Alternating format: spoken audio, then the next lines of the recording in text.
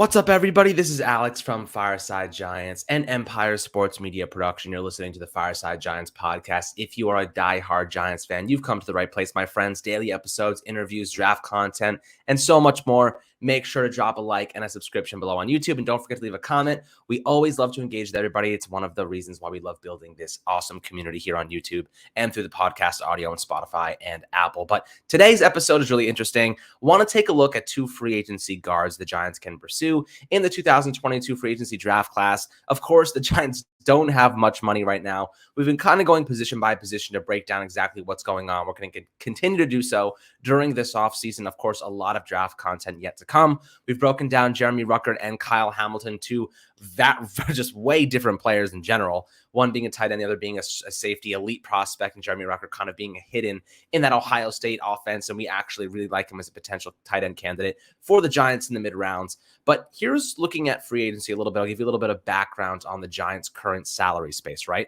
The Giants currently have negative $12 million in salary space. Joe Schoen already stated during his introductory press conference that he wants to clear up about $40 million in the cap space. Now, how are they going to do that? We recorded a video a couple weeks ago talking about a couple players that the Giants could release to clear some cap space, but I will refresh your memory nonetheless, my friends. James Bradberry, if they were to cut him, $12.1 million in cap savings. Now, they would also accrue a $9.7 million dead cap hit. So you're paying almost $10 million for James Bradberry not to be on the team, but you are saving $12.1 million in the process. Now, why would you do this? Well, James Bradberry may not be viewed as a scheme fit for new defensive coordinator Wink Martindale, who loves to use that man coverage, heavy blitzing schematic.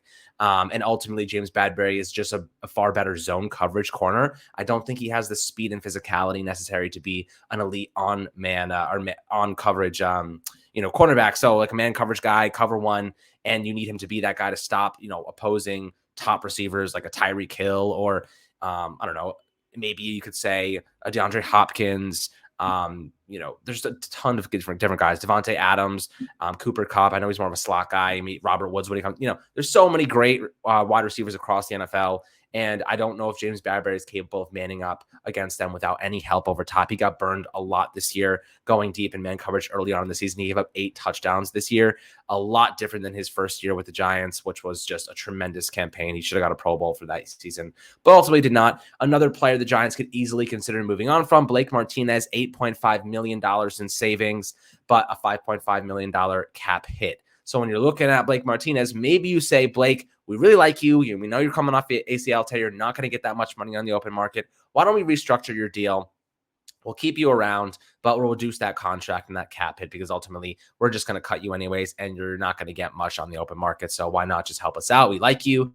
And maybe that's something they could consider and lower that cap a little bit. Sterling Shepard tore his Achilles. He's as good as gone. A $4.5 million savings, but an almost $8 million cap hit. That's really, really high. If they wait until post June 1st, though, they can save $8.5 million and $4 million dead money. So that's an interesting factor to consider. I think that some of that money will be pushed to 2023, but then Giants need as much money as they can get right now. So that might be a good move to release Sterling Shepard. Now, some people might bring up the names Leonard Williams and Logan Ryan. Let me give you some insight into those. If Leonard Williams was cut, we would actually save less. We would actually be down $8.3 million if we were to cut him, because we just gave him a massive deal and pushed that money back to this year. Thank you, Dave Gettleman, for once again screwing us down the road. Logan Ryan, we would only save $775K. His dead money would be $11.5 million. So he's obviously going to be a retention. Kyle Rudolph, $5 million in savings, $2.4 million in dead cap. You can say goodbye to old, slow man Kyle Rudolph. And then another guy that comes to mind, Riley Dixon, $2.8 million in savings, $320K dead money hit.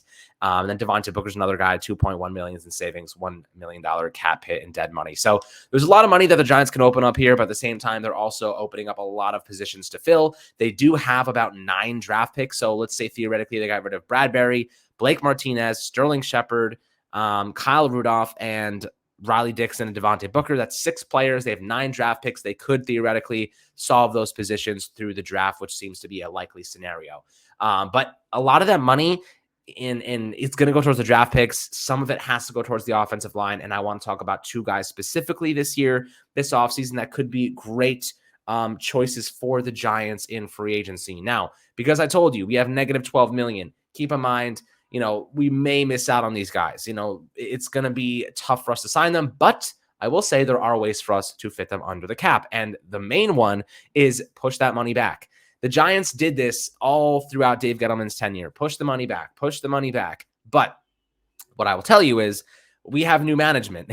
We expect them to be better at drafting. Dave Gettleman was one of the worst drafters I've ever seen in my life. His first 2 drafts were utterly useless to the foundational building of this team. Now, when you have that and your mid-rounds are basically a graveyard of players, a lot of it because of poor coaching and poor management and just, not great talent, he missed out on so much. He tried to solve that in free agency and push the money back, and none of those mid-round picks ended up being impact players. We just had to keep spending money, and that strategy is unsustainable. So if you have guys who can draft well, like Joe Shane and Buffalo Bills have done pretty well in the mid-rounds in the past, they've had some really great names, it makes the idea of pushing that money back a little bit more sustainable. The strategy actually works, but drafting and free agency have to go hand in hand. It can't be either or. They have to be a blend for things to be successful. So when I am looking at the New York Giants, next season, 2023, next offseason, we have $92.5 million in cap space. So the 2 players that I have in mind, Laken Tomlinson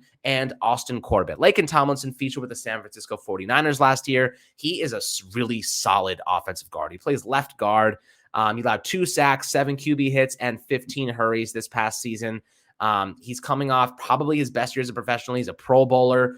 Earned a 75.9 overall grade via PFF. He was an above average run and pass protector. Made the playoffs this year. So he was coming from a good team. He's also coming from a team that really had one of the most modernized offensive running schemes in the league, but he's also an anchor power guy, right? He's not as fast and quick as Austin Corbett, and we'll talk about him in a second.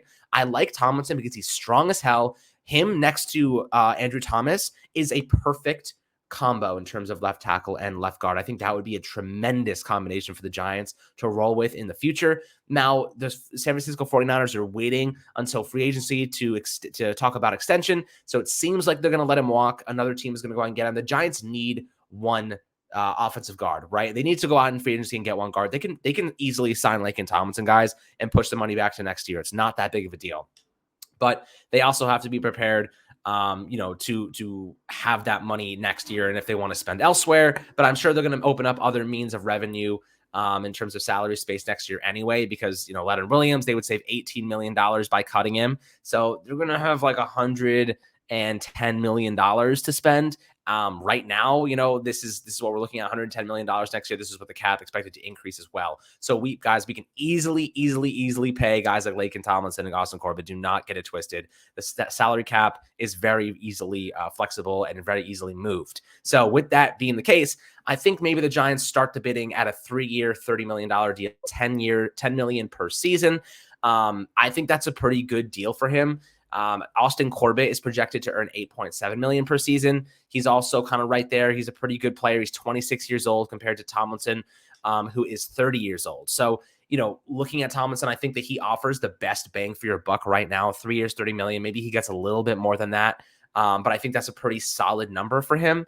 And giving him that money next to Andrew Thomas, your cornerstone left tackle, I personally think Tomlinson's the best option of the two, mainly because I love his power. He's a great run blocker. He's solid in pass protection, and he'll make Andrew Thomas look better, right? When you have good players around good players, they elevate each other. When you have a bad player next to a good player, sometimes you can put them in a bad spot. Now, Andrew Thomas last year managed to perform absolutely incredibly and watch and experience unbelievable development, despite the fact that he had Shane Lemieux to start spring training camp. He had Matt Skura. He had a bevy of different players who, were not supposed to be playing there. And with that being the case, he still managed to have one of the best seasons for a left tackle from the Giants in maybe a decade. So that was really impressive. You put a good player like Laken Tomlinson next to him, and you're looking at a really good situation.